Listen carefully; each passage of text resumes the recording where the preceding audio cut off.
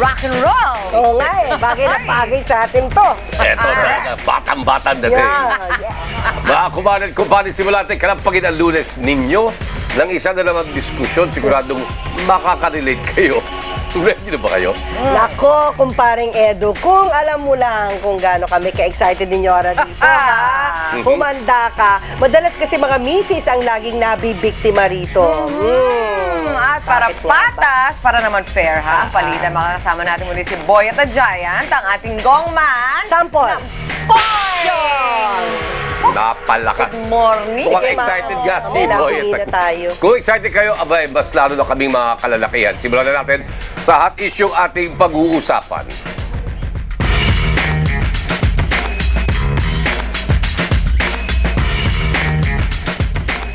Mga kumaris at kumparis, madalas bang mangyari sa inyo ang ganitong klaseng eksena?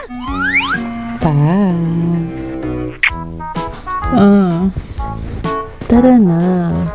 Tayo pupunta. Alam mo na yun. Pagod ako kasi kanina, traffic. Nilakad ko yung kahabaan ng EDSA pagdating ko sa opisina. Day off ko pala. Pagod ka na naman. Lagi ka na lang pagod. Wala ka ng time sa akin. Ano pa pa? Ha, ngayon ka lang umuwi. Wala ka ng time. Siguro nang bababae ka, no? Mga kumarit kumpare, kung sa pakikipaglabing-labing ay wala ng panahon si Mister, sapat na nga ba itong maging basihan ng kanyang pagiging May time ka. womanizer? Pagod. Ba naman, may pangangailangan din ako. Alam mo ako, Mamo, kung ako yung, kasi paminsan-minsan na nga lang, ikaw yung mga ngalabit. Tapos kung hindi ang kapal, mo sasabay loob ko, tsaka manghihinayang talaga ako. Ako naman, kung minsan ka lang naman kumalabit at nagbigay ng excuse na pagod, pagbigyan mo na. Pero kung araw-araw at mayat-maya naman lagi na lang pagod, ay magduda ka. Magduda ka na. Kasi pagbibigyan minsan naiintindihan, darating ka sa ganung level na maintindihan mo, pagod talaga. Ano ba naman, di ba? Pero kung araw-araw namang pagod, Nyora, eh, Oo, di ba? ano, di ba, dude? I will not Forward ka na dignify nga. yung mga comment ninyo. Bakit?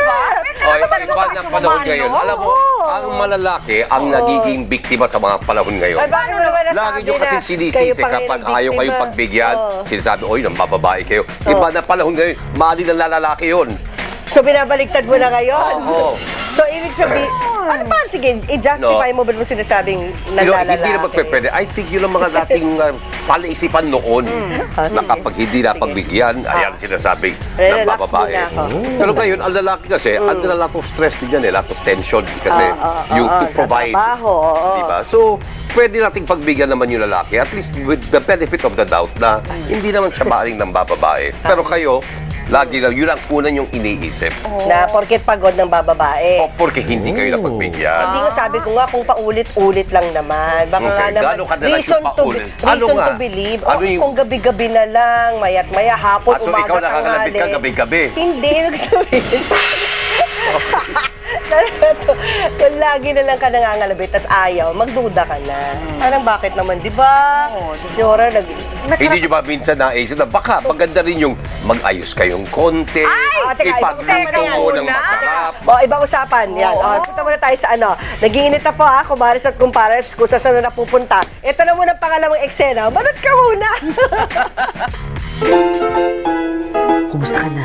Hindi ako makakapunta agad dyan kasi hindi pa ako naliligo naputulan kami ng tubig. Pero mamaya kapag umulan, lalabas ako para mabasa naman ako ng konti. Ba, sino ba yung kausap mo naman? Di sa oras ng gabi. Magpatulog ka naman. Anong oras na? Boss ko. Boss mo? Ba't nagbubulungan kayo? Kung marinig mo, kung magising ka ayoko maistorbo yung tulog. Paano isang araw yan din ang dahilan mo sa akin na tumawag sa'yo di sa oras ng gabi? Babae yan, no? Babae. Umamin ka na. Isang araw babae, tas mahina ang boss ko kasi nanay mo yun Alam nga naman sigawan ko, di binanatan ako nun. Mga kumarit kumpare, kung nadadalas ang tawag ni Mister sa kanyang cellphone at tila ayaw iparinig kay misis ang kanilang conversation, pambababae na nga ba agad ang pwedeng ikonklusyon? Ano naman ba? Magbago ka na. Okay, so sino una? Yun, binigyan ng lalaki ngayon ng dahilan ang babae para magduda. Kasi gagamit na lang ng cellphone, makikipagbulungan na. Sa tabi pa talaga ng misis, eh, ba lumabas? Nagturo pa ako, no? Nagtakip pa ng kwan, nagtakip pa ng cellphone. Oo, Ayun talaga obvious dapat magdudahan. naman. Ako So talaga. kung gano'n, may cake kaming mga misis May na mag-isip-isip na, di Yes, ba? pwede. Yun, Diba? pagbibigyan ko kayo. Sige, hindi ka ako kontra ngayon. So anong mga payong sa mga lalaking gumagawa nun, Edu? Hindi lumabas kayo ng kwarto. Dapat wag na lang babae. Sabi. Lumabas ng kwarto yun ang payo. Ay, nako. Huwag makipagbulungan. Huwag magpulbulungan. So, yung mga misis, hindi, di ba? Hindi kayo kailangan magtimpi. Pagka nakita nyo na yon, abay, magduda na kayo pa. O kaya kunin mo na yung cellphone. Nanay pala, patingin na sino tinawagan mo. Eh, Confirm. Hindi ibang sila. tao, hindi naman nanay ko. Ano yung confirm? Confirm.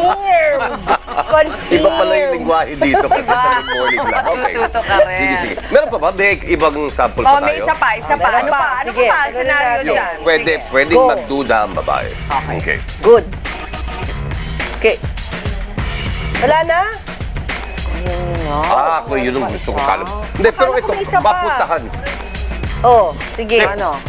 Hindi, gusto ko sana yung ano, balikan nun natin yung, Oo. kasi hindi nyo ako sinasagot eh. Oh. Yung tungkol sa, maganda rin minsan makita yung babaeng took pains Oo. para ayusin ang kanyang sarili. Maganda rin minsan yung may nakahandang masarap na pagkain na sa lalaki. Oh, sige. I guess ang sinasabi ni parang Edu, kailangan mag-effort din ng mga babae naman na kahit paano to keep the romance alive. Oo, hindi naman pwede nakahiga tapos bigla nyo kakalabitin. Hindi kami ganung mga lalaki. Kami mahilig kami dun sa ano eh. Kailangan sinusuyo. Oh, mahilig kami dun sa yung biyahe papunta dun sa patutunguhan. Kami rin naman mahilig dun sa ganun. May ganun, Yung journey. Hindi kasi nga, marriage is a journey, di ba? You have to work at it every single day. Oo, Di ba? Hindi hindi dapat ba? i-take for granted mo yun. And part of it is yung labing-labing nga. And I think dapat aspect alisin din natin yun. sa ating isipan, yung kapag hindi nagre-responde, ang ibig sabihin nun eh, meron ng Minukagad. minukagad. Dapat mas i-broaden natin ang ating pag-iisip. Hindi porket ayaw, may babae na. Yan ang gusto mong Naman, sabihin. oo. There are, nga. Sa bagay, there are other reasons naman, no? Masyado naman jumping into conclusions tayo. Pero di ba Pero yung sa instinct ng cellphone mga na yan, babae? pag yung cellphone, yun magduda ka na talaga. Magduda ka na. Do you believe in that, Nyoring? Women's instincts? Lakas Ay, ng- oo. Ako naniniwala Mga women's lalaki din may intuition. mga instincts ha. Intuition, pero ibang pagbabae. Kayo ba, hindi ba kayo aamin na ganun din ang may mga babae ngayon na are willing to go? Meron naman. Next topic. Next topic yun. Okay, Paano, meron pa balik pala na rin huling naman natin. eksena. Sige na. Ah. Go. Meron pa pala. Meron nga. Ano to? Ano to? Ha? Ba't amoy pabango ng babae to, ha? Ganyan na talaga mga pabango ngayon, mabilis nagbabago ng amoy. Kasi yung kakilala ko, may kakasama ko sa trabaho, babae siya, pero amoy lalaki siya. Ganon. Ano to? Paano magpapaliwan lipstick? Ha? Lipstick to ng babae, ha? Kanina kasi bibili kita ng lipstick sa mall. Gusto kong testing. Mga kumari tumpari. Kung ganito nakagiven ng mga clue, pwede na bang i-conclude na si Mister ay mayroon ng number 2.